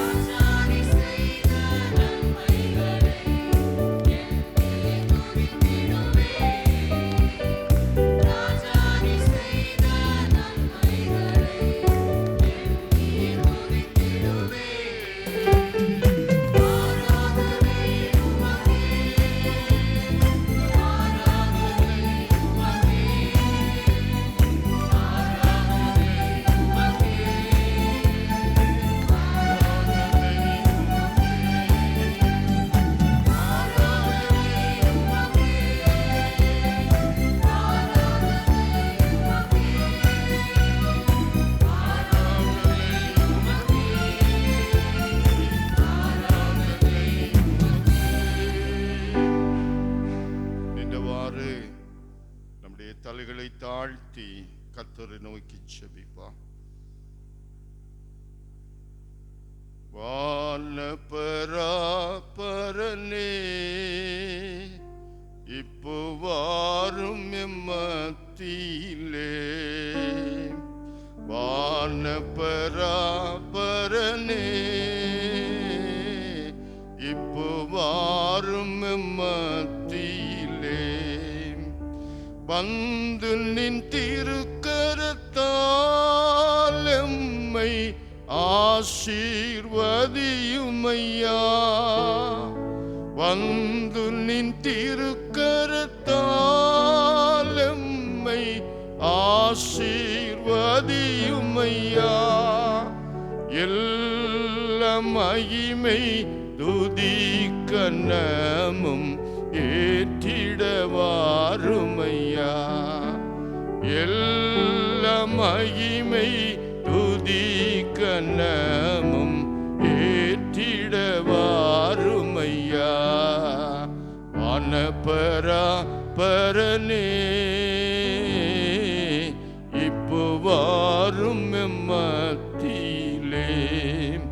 இப்போ வாரும் எம்மத்தியிலே. நல்ல தகப்பனே, இந்த நல்ல சங்க பண்டிகை நாளுக்காக ஸ்தோத்திரம். அருமையான உன் பிள்ளைகளோடு உமது வார்த்தையை பகிர்ந்து கொள்வதற்கு, பகிர்ந்து கொடுப்பதற்கு அடிமையை நீ பயன்படுத்துகிறதற்காய் ஸ்தோத்திரம். கர்த்தருடைய வார்த்தைகளை ஆவியானவர் தருகிற பிரகாரம் ஏற்றுக்கொள்ளவும், விளங்கிக் கொள்ளவும், கீழ்ப்படியவும் தாழ்மையுள்ள இருதயத்தை தார். அடியனை மறைத்து உமது நாமத்தை மட்டும் மைமைப்படுத்தும். இயேசு கிறிஸ்துவின் நாமத்தில் பிதாவே, ஆமென். அமர்ந்திருப்போம். கிறிஸ்துவில் மிகவும் பிரியமானவர்களே, அருமையான இந்த மாலை பொழுதிலே, அருமையான இந்த ஆலயத்தில் சங்க பண்டிகையில வந்து உங்களோடு தேவனை ஆராதிக்கவும், கர்த்தருடைய வார்த்தையை பகிர்ந்து கொள்ளவும் எனக்கு வாய்ப்பை தந்த திருச்சபை ஆயர் அவர்களுக்கும், கமிட்டி அங்கத்தினர்களுக்கும், திருச்சபையார் யாவருக்கும் கல்வாரி லுத்தரன் திருச்சபை சார்பில், என்னுடைய சார்பில் மனப்பூர்வமான வாழ்த்துக்களை, நன்றிகளை முதலாவது நான் உரித்தாக்குகிறேன். 2 ஆண்டுகளுக்கு முன்பாக பஹ்ரைன் தேசத்திற்கு நான் போன போது அன்பு போதகர் திரு சாம் பிளஸிங் ஐயர் அவர்கள் அங்கே பஹ்ரைன் நேஷனல் திருச்சபையிலே ஆற்றின அருமையான அற்புதமான பணிகளை நான் அவர்களோடு கூட இருந்து பார்த்தவன், கவனித்தவன். கர்த்தர் அவர்களுக்கு கொடுத்திருக்கிற தாளந்துகள், அவர்களிலே தேவன் கொடுத்திருக்கிற அபிஷேகம், மக்களோடு அவர்கள் பழகுகிற இனிமையான பழக்கம், எல்லாவற்றையும் பார்த்து நான் கர்த்தரை துதித்தேன், ஆண்டவருக்கு நன்றி செலுத்தினேன். நிச்சயமாக இந்த ஆலயத்திலே உங்கள் மத்தியிலே அவர்கள் பணியாற்றுகின்ற பணிக்காலம் ஆவிக்குரிய வாழ்க்கையில உங்களுக்கு மிக ஆசீர்வாதமாக இருக்கும் என்று நான் நம்புகிறேன். அவர்களுக்கு, அவர்கள் குடும்பத்துக்கு கர்த்தருடைய நாமத்திலே வாழ்த்துக்களை உரித்தாக்குகிறேன். இந்த சங்க பண்டிகை என்பது கர்த்தருக்கு நாம் நன்றி செலுத்துகின்ற நாள். நான் முன்னால கருங்கல் பகுதியில் ஒரு சபையில் பணியாற்றினேன். அங்கு சங்கப்பண்டிகை கொண்டாடுவாங்க. ஒரு வயதான மூத்த டீக்கனார் ஒருவர் இருக்கிறார். அவர் இப்போது இல்லை, இறந்து போனார். அவர் மற்ற எந்த காணிக்கை செலுத்துவதிலும் கவனம் செலுத்த மாட்டார். இந்த சங்க பண்டிகை காணிக்கை மட்டும் கவனமாக முன்னால வந்து செலுத்துவார். செலுத்தி விட்டு சொல்வார், பாஸ்டர் சங்க பண்டிகை செலுத்தி விட்டேன். எதுக்காக என்றால் அங்கே ஒரு வழக்கம் வைத்திருக்கிறார்கள். உங்கள் சபையில் உள்ள வழக்கம் எனக்கு தெரியாது. சங்க பண்டிகை காணிக்கை பாய்க்கு செலுத்தினாத்தான் சபையில் ஓட்டுண்டு வாக்களிக்க முடியும். இல்லாவிட்டால் வாக்கு கிடையாது. மற்ற காணிக்கையெல்லாம் விட்டுருவாங்க. இந்த சங்க பண்டிகை காணிக்கை வருஷத்துல 2 தடவை, அதுதான் கணக்கில் எடுத்துக்கொள்ளப்படும். ஆகையினால ஒரு நோக்கத்தோடு அவர்கள் காணிக்கை படைப்பார்கள். எனக்கு பார்க்க ஆச்சரியமாக சிரிப்பாக இருக்கும். கர்த்தரை கனப்படுத்துவது என்பது 34ஆம் சங்கீதம் சொல்லுது, கர்த்தரை நான் எக்காலத்திலும் ஸ்தோத்தரிப்பேன், அவர் துதி எப்போதும் என் வாயில் இருக்கும். ஒவ்வொரு நாளும் கர்த்தருடைய பிள்ளைகளுக்கு கர்த்தரை நன்றி செலுத்துகின்ற ஒரு நாளாக அனுபவமாக இருக்கணும். ஆபிரகாம் லிங்கன் அமெரிக்காவினுடைய ஜனாதிபதியாக இருந்தவர். அவர் பயன்படுத்தின வேத புத்தகம் இப்போது அமெரிக்காவில் அந்த ஜனாதிபதிகள், முன்னாள் ஜனாதிபதிகள் பயன்படுத்தின பொருளை எல்லாம் பாதுகாக்கிற அந்த அரசாங்க பொருட்காட்சி நிலையத்தில் இருக்கிறது. அந்த 34ஆம் சங்கீதம் அவருடைய வேத புத்தகத்திலே திரும்பவும் திரும்பவும் அடிக்கோடிட்டிருக்கிறார். அதுக்கு அவர் எழுதி வைத்திருக்கிற ஒரு விளக்கம் என்னவென்றால், நான் ஜனாதிபதியாக இருந்தபோது உள்நாட்டு பிரச்சனைகள் ஏராளம் வந்தது. எந்த முடிவை எடுப்பது, எப்படி செயல்படுவது என்று தெரியாமல் நான் திணறிக் கொண்டிருந்த நேரங்களில் நான் தேவனுடைய சமூகத்தில் கண்ணீரோடு விழுவேன். ஆண்டவர் எனக்கு நல்ல ஆலோசனையை தந்தார். நல்ல முடிவுகளை எடுக்கும்படியாக எனக்கு உதவி செய்தார். ஆண்டவர் தந்த ஆலோசனையின்படி நல்ல முடிவுகளை எடுத்து நான் சிரமமான நேரங்களில் எல்லாம் இந்த தேசத்தை பாதுகாத்தேன். ஆகையினால தான் இந்த 34ஆம் சங்கீதம் எனக்கு ரொம்ப ரொம்ப பிடித்த சங்கீதம் என்று எழுதுகிறார். முதலாவது அமெரிக்க தேசம் சந்திரனிலே சென்று வருவதற்காக அனுப்பின அந்த ராக்கெட்டுக்கு பெயர் அப்பல்லோ. அந்த அப்பல்லோ விண்கலத்தில் நீல் ஆம்ஸ்ட்ராங், எட்வின் ஆல்டின், மைக்கே காலிஸ் 3 பேர் போயிட்டு வந்தாங்க. அந்த சாதனையை முடித்துவிட்டு அவர்கள் பூமியில வந்தபோது அவர்களுக்கு ஒரு பெரிய பாராட்டு கூட்டத்தை நடத்தினாங்க. அந்த பாராட்டு கூட்டத்தில் நிறைய பேர் அவர்களை பாராட்டாங்க. மனித இனத்தில் நீங்கள் செய்த சாதனை என்றென்றும் மறக்க முடியாத பெரும் சாதனை, சந்திரனையே தொட்டு விட்டு வந்தீர்கள், அப்படி பாராட்டுறாங்க. ஒரு பத்திரிகை நிருபர் கிண்டலாக கேட்டா, ஐயா உங்களை பார்த்து ஒரு கேள்வி கேட்கிறேன், கடவுள் வானத்தில் இருக்கிறார் என்று சொல்லுகிறாங்களே, நீங்க வானங்களை எல்லாம் தாண்டி போய் சந்திரனில காலடி வைத்து விட்டு வந்திருக்கீங்க, அங்க தேவனை பார்த்தீங்களா, தேவதூதர்களை பார்த்தீங்களா என்று நக்கலாக கிண்டலாக நாத்திக பத்திரிகையாளர் கேட்டார். அதுக்கு மைக்கேல் காலின்ஸ் சொன்ன பதில் என்ன தெரியுமா? நாங்க ஆண்டவர் தேவாதி தேவனை பார்க்கறதுக்கு சந்திரனுக்கு போக வேண்டிய அவசியம் இல்லை, இங்கிருந்து கூட நாங்கள் அவரை பார்க்கிறோம். நாங்க அங்க போய் என்ன பார்த்தோம் என்றால், அண்ட சராசரங்களையும் படைத்த சர்வவல்ல தேவாதி தேவன், எவ்வளவு ஞானமுள்ள தேவன், எவ்வளவு அதிசயமான தேவன், வார்த்தையினால விவரிக்க முடியாத சர்வ வல்லமையும் சர்வ ஆற்றலும் உடையவர், அண்ட சராசரங்களையும் அமைத்த தேவாதி தேவன் எவ்வளவு மகத்தானவர் என்பதை கண்டு கொண்டோம். அவருக்கு முன்னால நாங்க எவ்வளவு சிறியவர்கள் என்பதை உணர்ந்து கொண்டோம். அதுக்காக நாங்கள் தேவனை ஸ்தோத்தரித்தோம். அந்த சந்திரன்ல காலடி எடுத்து வைத்த உடனே அல்லேலூயா என்று சொல்லி தேவனை மகிமைப்படுத்தினோம். என் அன்புக்குரியவர்களே, கர்த்தர் செய்கிற ஒவ்வொரு சின்ன சின்ன செயல்ல கூட கர்த்தருடைய மகத்துவத்தை காணக்கூடிய தேவனுடைய பிள்ளைகளால தான் எல்லா காலத்திலும் தேவனை துதிக்க முடியும், ஸ்தோத்தரிக்க முடியும்.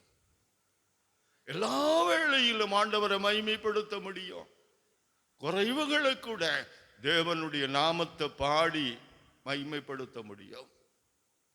சங்க பண்டிகை என்பது ஒரு நாள் அல்ல, வருஷத்துல 2 நாள் அல்ல. விசுவாசிகளுக்கு ஒவ்வொரு நாளும் தேவனை ஸ்தோத்திரிக்கிற, நன்றி செலுத்துகிற, மகிமைப்படுத்துகிற சங்க நாளாகத்தான் இருக்க முடியும். இந்த நாளில் அன்பு போதுகிறவர்கள் என்னை செய்திக்காய் அழைத்த போது எந்த மாதிரி செய்தியை கொடுப்பதென்று நான் தேவ சமூகத்தில் கேட்டபோது ஆவியானவர் எனக்கு வெளிப்படுத்தின ஒரு திட்டமான வார்த்தை ஆதியாகமம் 35ஆம் அதிகாரம் 3வது வசனம். நான் அதை வாசிக்கிறேன். நாம் எழுந்து பெத்தேலுக்கு போவோம் வாருங்கள், எனக்கு ஆபத்து நேரிட்ட நாளில் என் விண்ணப்பத்துக்கு உத்தரவு அருளி செய்தேன். நான் நடந்த வழியிலே என்னோடு கூட இருந்த தேவனுக்கு அங்கே ஒரு பலிபீடத்தை உண்டாக்குவேன் என்றார். இந்த காலங்கள் 2 வருஷங்களாக உலகமே முடங்கி இருக்கிற ஒரு நேரம். உங்களுடைய ஆலயத்தில் புதன்கிழமை ஆராதனை இருக்கிறது. எங்களுடைய ஆலயம் மாவட்ட ஆட்சியருடைய அலுவலகத்துக்கு பக்கத்தில் இருக்கிற ஆலயமாக இருக்கிறபடியினால அரசு வழிகாட்டு நெறிமுறைகளை பின்பற்ற வேண்டும் என்பதனால நாங்கள் இன்னும் ஆலயத்தை திறக்க முடியல. ஏனென்றால் அதிகமான ஆட்கள் கூடும் பட்சத்தில் சில வேளை அரசாங்கத்தினுடைய கெடுபிடிகள் என்னவாக இருக்கும், கொஞ்சம் நிதானமான பிறகு ஆலயத்தை திறக்கலாம் என்று நாங்கள் அமைதி காக்கிறோம். ஆன்லைன் மூலமாக தினமும் நடக்கிற ஆராதனைகளைத்தான் திருச்சபை மக்கள் பார்த்து கொண்டு அதில் இணைந்து கர்த்தரை ஆராதித்து கொண்டிருக்கிறார்கள். இன்னைக்கு நாம இதை பற்றி ஆழமாக சிந்திக்க வேண்டிய ஒரு நேரம். கர்த்தர் இவ்வளவு அழகான ஆலயங்களை தந்து இவ்வளவு தேவனை ஆராதிக்கிற அமைப்புகளை எல்லாம் தந்து வைத்த பிறகு ஆண்டவரை பகிரங்கமாக கூட்டமாக கூடி ஆராதிப்பதற்கு தடை ஏன் வந்தது? இந்த கொரோனாவினுடைய முடிவு என்னமாக இருக்கும்? இது எதனால வந்தது? யாரால வந்தது? எப்படி வந்தது? இந்த கேள்விகளுக்கு பின்னால இருப்பதென்ன? நாம் ஆண்டவரை விட்டு விலகி போயிருக்கிறோம். ஆண்டவருடைய கிருபையை பெற்ற தேவ ஜனங்கள் தேவனை ஆராதிப்பதில்லை, மகிமைப்படுத்துவதில்லை, ஆண்டவருக்கு தங்களை ஒப்பு கொடுப்பதில்லை, குறைவுள்ளவர்களாய் காணப்படுகிறோம். ஆகையினால தான் தேவன் இந்த காலத்தை நமக்கு அனுமதித்திருக்கிறார். இது எத்தனை பேர் ஏற்றுக்கொள்கிறோம் என்பது என்னால் சொல்ல முடியாது.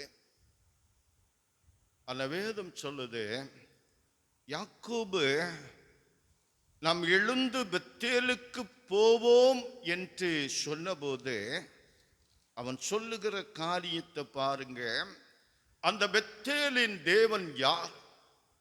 அவன் என்ன சொல்ல பாருங்க, எனக்கு ஆபத்து நேரிட்ட நாளில் என் விண்ணப்பத்துக்கு செவி கொடுத்து உத்தரவு அருளை செய்து நான் நடந்த வழியில் என்னோட கூட இருந்த தேவன், அவர்தான் பெத்தேலின் தேவன். அன்புக்குரியவர்களே, ஒரு விசுவாசியினுடைய வாழ்க்கை ஒரே நாளில் முழுமை பெறுவதில்லை, முதிர்ச்சி பெறுவதில்லை. மோசையை எடுத்துக்கொள்ளுங்க. மோசே தேவனால் அழைப்பு பெற்று எகிப்தில் போய் 6 லட்சத்துக்கும் அதிகமான இஸ்ரவேல் ஜனத்தை ஆண்டவருடைய வல்லமையினால வெளியே கொண்டு வரும்போது அதுக்கு முன்னால மோசைக்கு 2 ஆவிக்குரிய அனுபவங்கள் உண்டு. ஒன்று, எகிப்தில் தேவனாகிய கர்த்தர் அவனுக்கு கொடுத்த கல்வி. எகிப்திலே பார்வோனுடைய அரண்மனையிலே நின்று பேசுவதற்காக அவனை எகிப்தின் தர்க்க சாஸ்திரங்கள், எகிப்தினுடைய எல்லா தந்திரங்கள், மந்திர ஆலோசனைகளில பழக்கினான். பார்வோனுடைய இளவரசியின் மகனாக அந்த அரண்மனையிலே அவன் வளர்ந்தான். அதுக்கு பிறகு 40 வருஷம் அவன் வனாந்தரத்தில் அலைந்தான். 40 வருஷம் எகிப்தில் இருந்தான். 40 வருஷம் வனாந்தரத்தில், சீனாய் வனாந்தரத்தில், அதிலே பாதைகள் எப்படி இருக்கும், பயணம் எப்படி செய்ய வேண்டும் என்று அங்கு அவனை பழக்கினான்.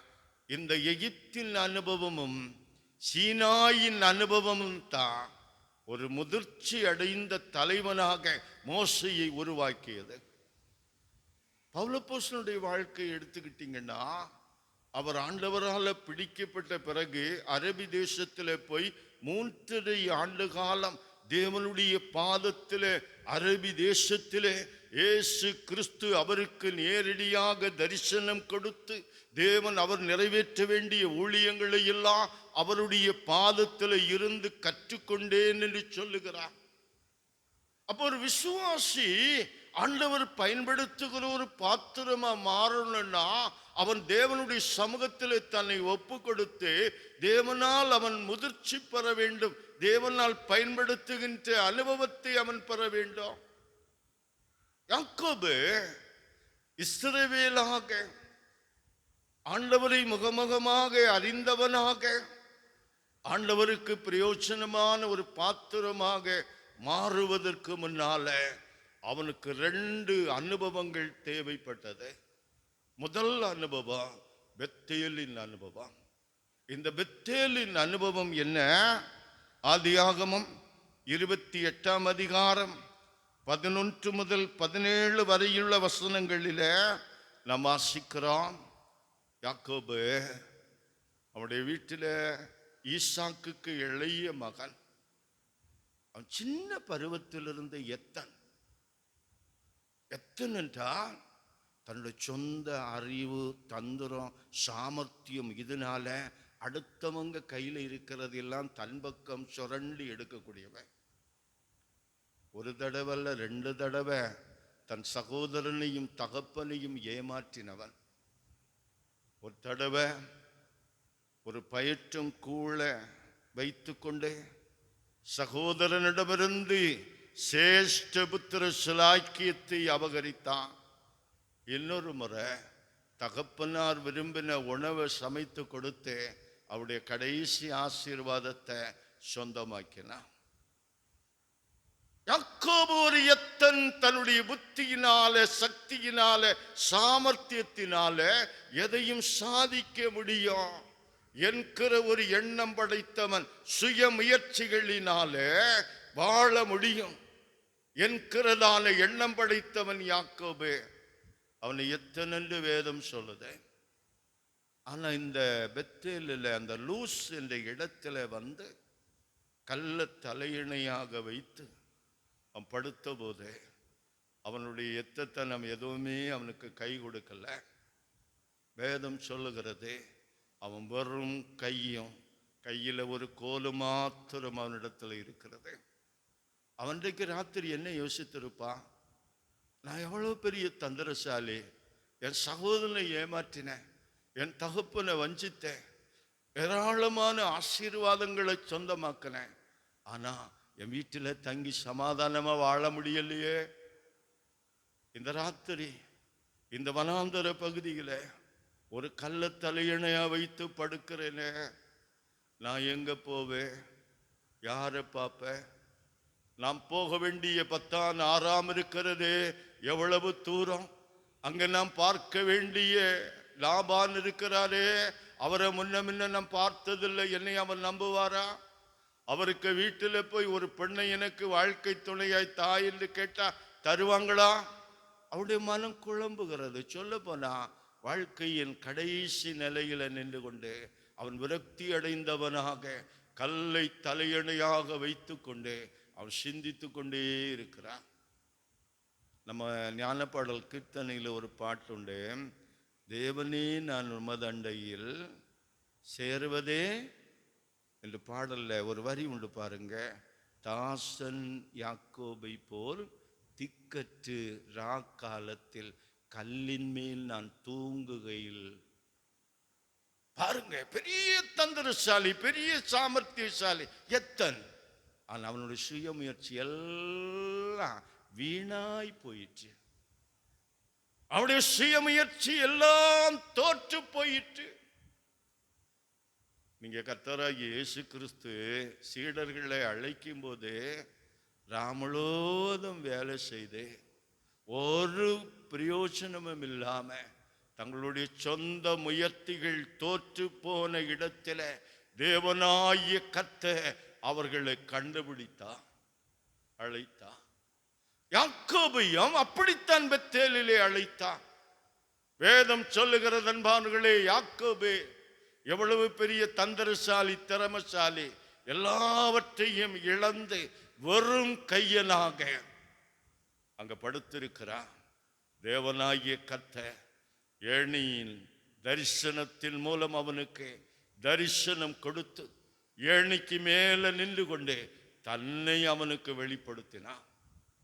நான் ஆபிரகாம் ஈசாக்கின் தேவன். நீங்க வீட்டில் போய் வாசித்து பாருங்க. ஆதியாகமம் 28ஆம் அதிகாரம் 11 முதல் 17 வரை உள்ள வசனங்களிலே பெத்தேலிலே என்ன நடந்தது? தேவனாகிய கர்த்தர் எல்லாவற்றையும் இழந்து சுயமுயற்சிகள் எல்லாம் தோற்று போனவனாயிருந்த யாக்கோபுக்கு தான் யார் என்பதை வெளிப்படுத்தி ஆபிரகாம் ஈசாக்குக்கு வாக்களித்த வாக்குத்தத்தங்களை எல்லாம் அவனுக்கு கொடுத்தான். பெத்தேலில் யாக்கோபு என்ன அனுபவத்தை அடைந்தான்? தான் ஆராதிக்கிற தேவன் யார் என்று கண்டு கொண்டான். தன்னை ஆசீர்வதிக்கிற தேவன் யார் என்பதை கண்டு கொண்டான். அந்த தேவனுக்கு தன்னை ஒப்பு கொடுத்தான். பிந்தின வசனங்களில் நாம் வாசிக்கிறோம். 28ஆம் அதிகாரம் 20 முதல் 22 வரையிலும் உள்ள வசனங்களில் யாக்கோபு ஒரு பொருத்தனையை பண்ணுகிறான். தேவன் என்னோடு இருந்து நான் போகிற இந்த வழியிலே என்னை காப்பாற்றி உண்ண ஆகாரமும் உடுக்க வஸ்திரமும் எனக்கு தந்து என்னை என் தகப்பன் வீட்டுக்கு சமாதானத்தோடு திரும்பி வர பண்ணுவாரானால் கர்த்தர் எனக்கு தேவனாயிருப்பார்.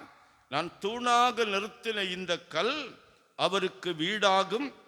தேவரீர் எனக்கு தரும் எல்லாவற்றிலும் உமக்கு தசம பாகம் செலுத்துவேன்.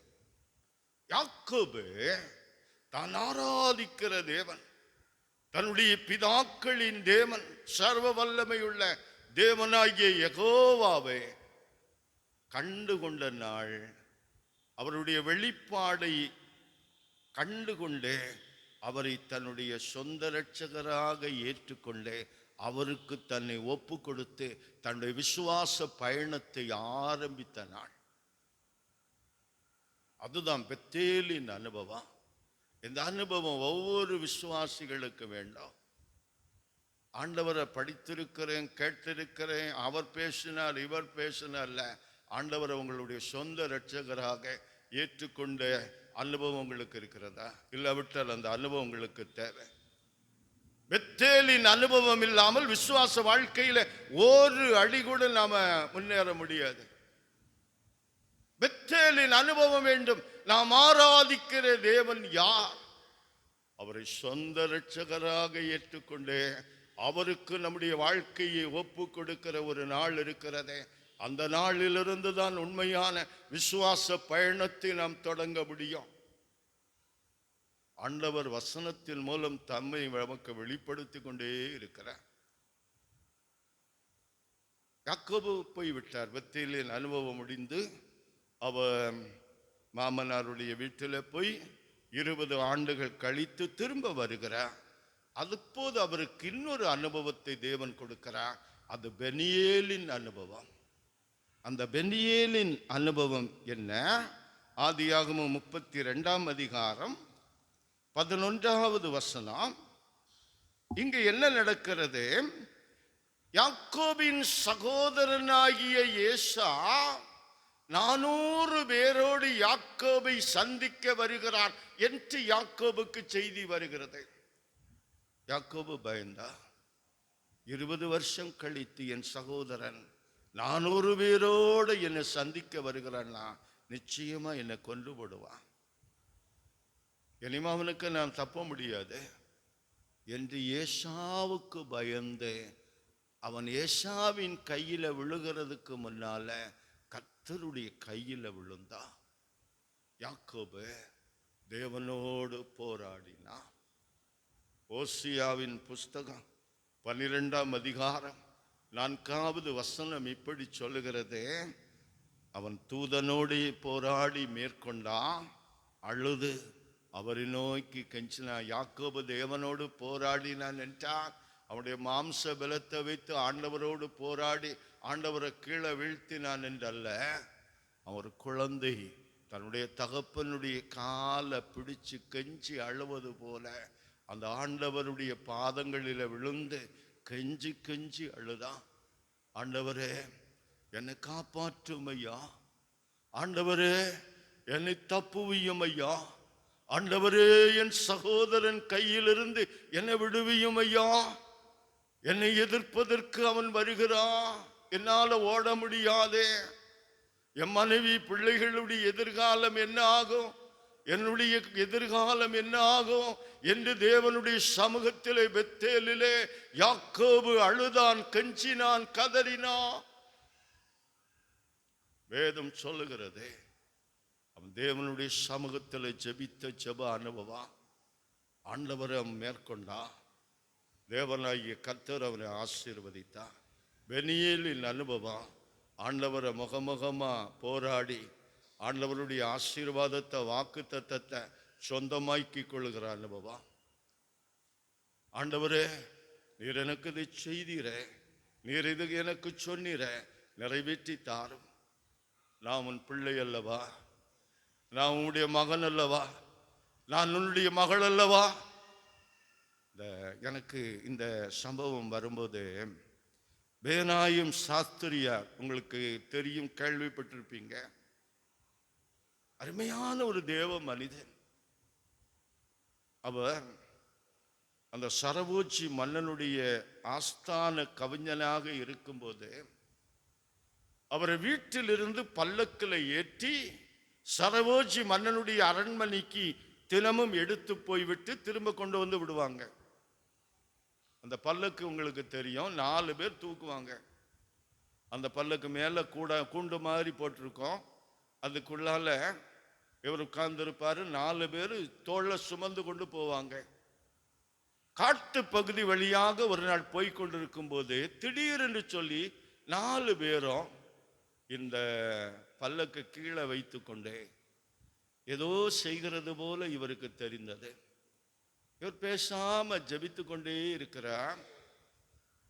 திடீரென்று சொல்லி அந்த கூண்டினுடைய திரையை விலக்கி பார்க்கிறாரு, 4 பேரும் காணல. ஆனா பக்கத்துல ஒரு பெரிய கரடி வந்து கொண்டிருக்கிறது.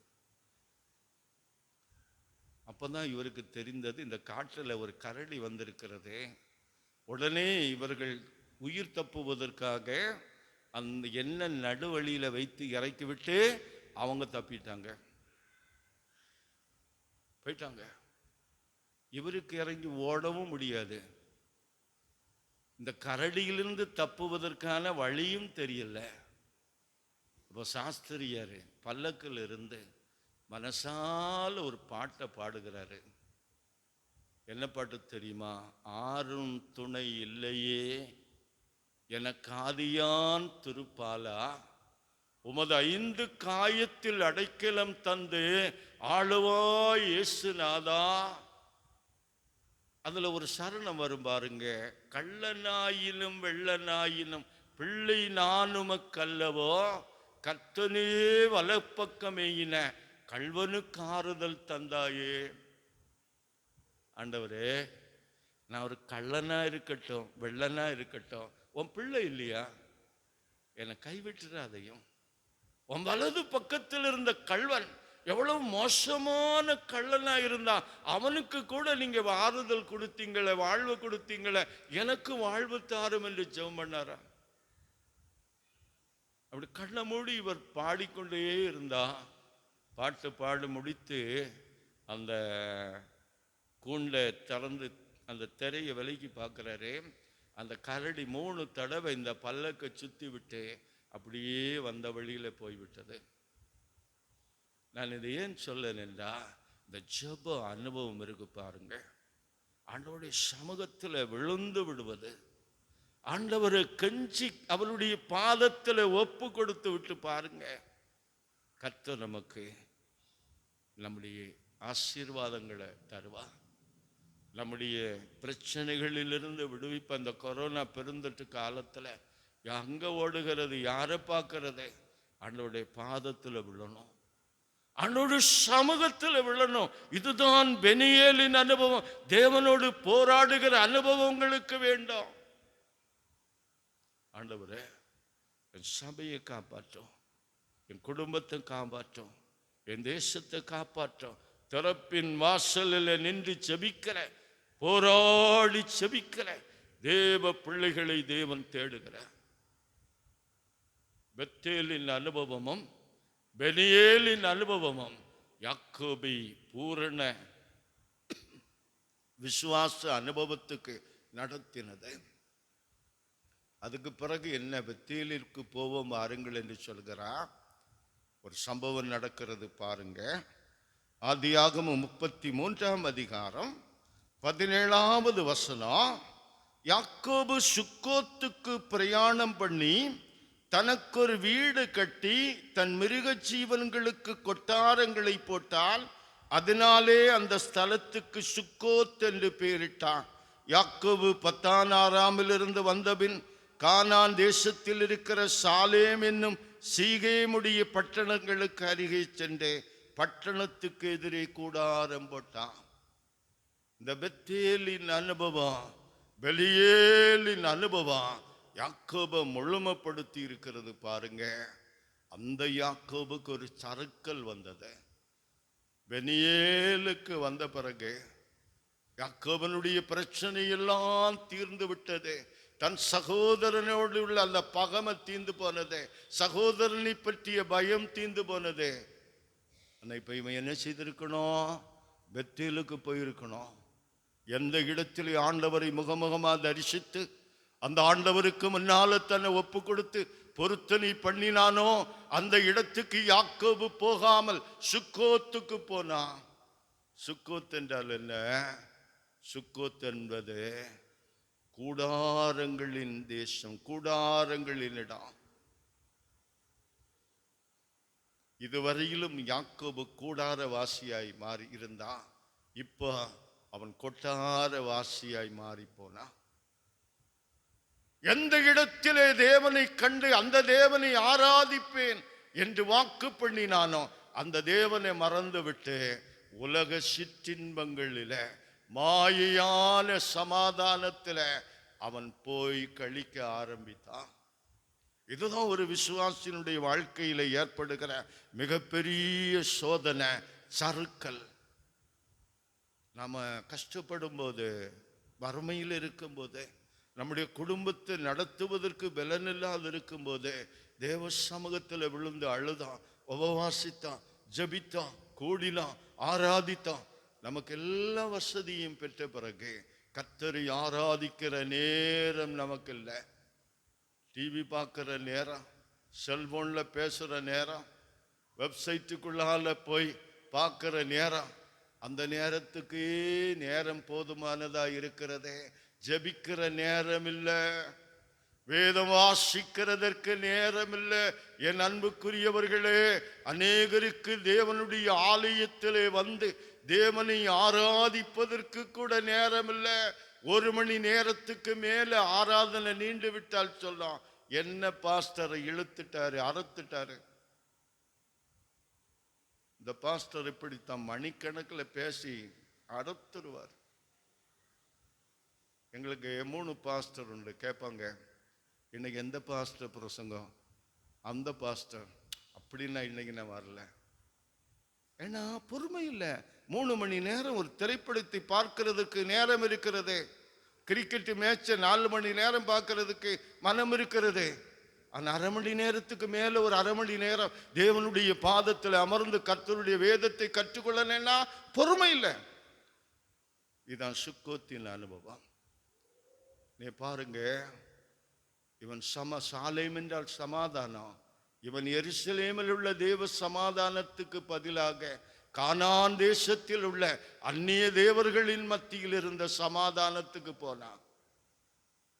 யாக்கோபின் வாழ்க்கை பெத்தேலின் அனுபவத்தை உடையவன், பெனியேலின் அனுபவத்தை பெற்றவன். சுக்கோத்துக்கு நேரா போய் திசை மாறி போனான். கூடாரங்களிலே குடியிருந்த அவன் கொட்டாரத்திலே குடியேற ஆசைப்பட்டான். உலக பிரகாரமான சிற்றின்பங்களில மாயையான சமாதானத்தை தேடி போனான். என்ன நடந்தது தெரியுமா? அடுத்த அதிகாரங்களை பாருங்க.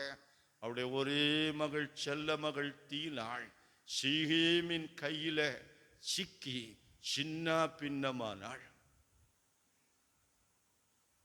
அவனுடைய மக்கள் கொலைகாரர்களானார்கள். யாக்கோபு சொல்லாரு, ஆதியாகமத்துல யாக்கோபு சொல்லார் பாருங்க, 34ஆம் அதிகாரம் 30வது வசனம். கானானியருக்கு முன்னால என் வாசனையை கெடுத்து போட்டீங்களப்பா. பிள்ளைகளை பார்த்து சொல்லாரு, எப்பா இதுவரையிலும் யாக்கோபுன்னு சொன்னா இந்த அந்நிய தேசத்து மக்கள் மத்தியில ஒரு வாசனை இருந்தது. ஐயா, யாக்கோபினுடைய பிள்ளைகளா, யாக்கோபின் குடும்பமா என்று நம்ம குடும்பத்தை பற்றி ஒரு நல்ல வாசனை இருந்தது. என் மகள் கெடுக்கப்பட்டாள், என் பிள்ளைகள் கொலைகாரர்களானார்கள், அந்நிய தேசத்து மக்கள் மத்தியில என் குடும்பத்து கௌரவம் போச்சு, என் வாசனை கெட்டு போச்சுப்பா.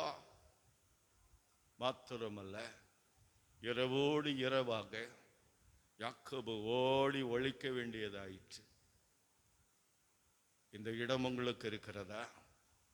கர்த்தரை அறிந்து ஆண்டவரால் ஆசீர்வாதத்தை பெற்று எல்லாம் பெற்ற பிறகு தேவனை மறந்து உலக பிரகாரமா வாழ்ந்து இன்னைக்கு ஒண்ணுமில்லாத நிலைமையில் இருக்கிறீங்களா? சமாதானத்தை இழந்தவர்களா இந்த இடத்துல நீங்கள் நின்று கொண்டிருக்கிறீர்களா? உங்க குடும்ப வாழ்க்கையில் உங்கள் பிள்ளைகளின் நிமித்தமா உங்களுடைய சமாதானம் போய் இருக்கிறதா? நீங்கள் சொத்தை சம்பாதித்து, பணத்தை சம்பாதித்து, வீட்டை கட்டி எல்லாவற்றையும் வைத்திருந்தோ உங்க வாழ்க்கை நிம்மதியற்றதா இருக்கிறதா? உங்களுக்கு தூக்கம் வரவில்லையா? ஏன் வரல? நாம போக வேண்டிய பயணத்தை பரமக்கானால நோக்கி பயணிக்காம சுக்கோத்துக்கு, உலகத்துக்கு நேராக போயிருக்கிறோம். என் அன்புக்குரியவர்களே, நம் தேவன் மிகவும் கிருபை உள்ளவர். அவர் மறுபடியும் யாக்கோபை சந்தித்து அவன் செய்த பழைய பொருத்தனையை அவனுக்கு ஞாபகப்படுத்தி, நீ எழுந்து பெத்தேலுக்கு போய் என்று சொன்னா. அதுதான் அவருடைய கிருபை. அவருடைய பிள்ளைகள் திசை மாறி போகும்போது அவருடைய வசனத்தை கொண்டு, ஊழியக்காரர்களை கொண்டு ஆண்டவர் திசை மாற்றி விடுகிறார். அது அவருடைய கிருபை. கீழ்ப்படிந்தா மறுபடியும் நமக்கு வாழ்வு இருக்கிறது.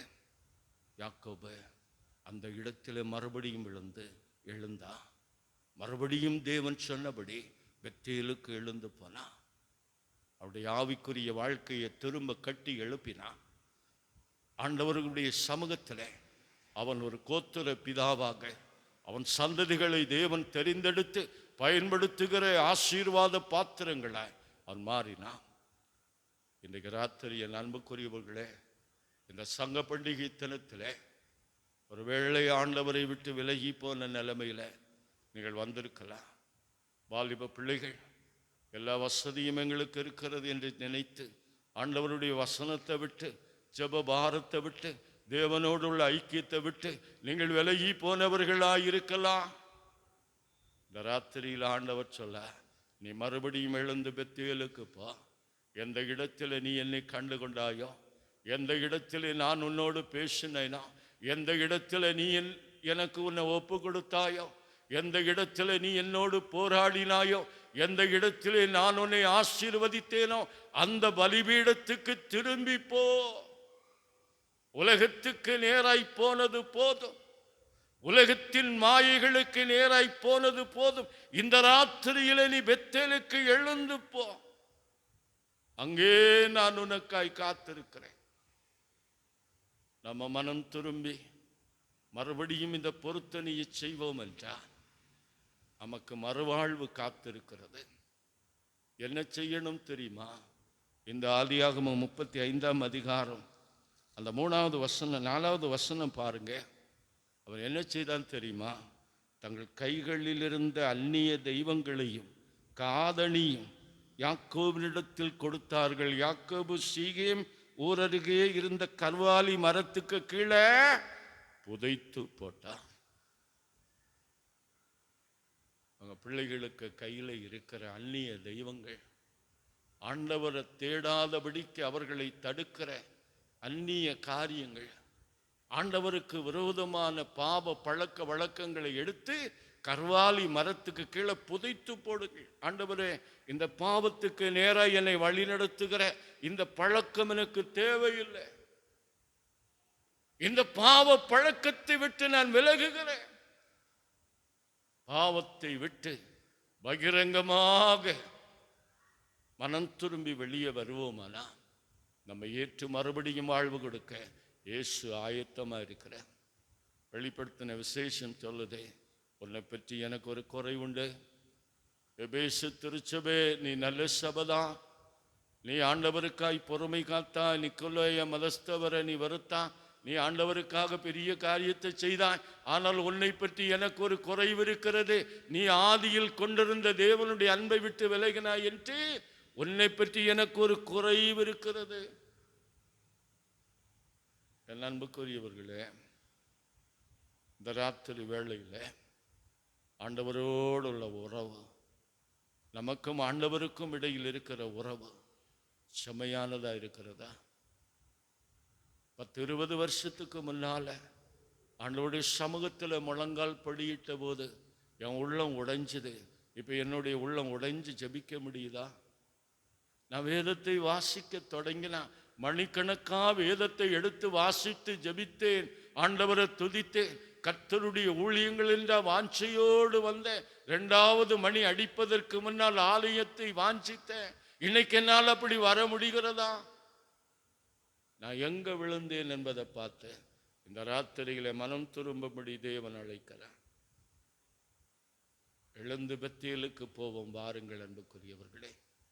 எந்த இடத்தில் ஆண்டவர் நமக்கு தன்னை வெளிப்படுத்தினாரோ, எந்த இடத்திலே நாம் ஆண்டவரை முகமுகமாய் தரிசித்தோமா, எந்த இடத்திலே ஆண்டவர் என்னை ஆசீர்வதிப்பதாய் வாக்களித்தாரோ, எந்த இடத்திலே அவரோடு போராடி நான் அவருடைய வாக்குத்தத்தத்தை பெற்றுக்கொண்டேனோ அந்த இடத்துக்கு திரும்புவோம், ஒப்பு கொடுப்போம்.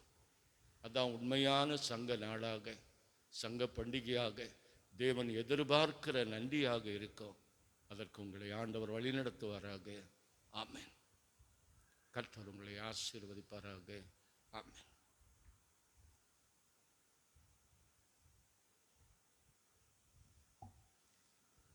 சங்க பண்டிகையாகிய இந்த நல்ல நாளிலே ஆண்டுடைய சமூகத்திலே கூடி வந்து கர்த்தர் செய்த நன்மைகளை திரும்பி பார்க்கவும், ஆண்டவருடைய ஆசீர்வாதங்களை நிறைவாக பெற்றுக்கொள்ளும்படியாக மீண்டும் யாக்கோபை போல ஆண்டுடைய பாதத்திலே விழும்படியான நல்ல ஆலோசனையை நம்மோடு பகிர்ந்து கொண்ட அன்பு போதகர் அவர்களுக்கு மீண்டுமாக நன்றியினையும் வாழ்த்துதலையும் கூறிக்கொள்கிறோம். கர்த்தர் தாமே அன்பு போதகரையும் அவருடைய திருப்பணிகளையும் தொடர்ந்து ஆசீர்வதிப்பாராக.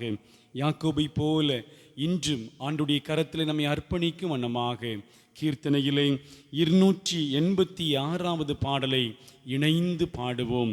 ஆதாரம் நீர்தானையா என் துறையே, ஆதாரம் நீர்தானையா. கீர்த்தனையிலே 286ஆம் பாடல்.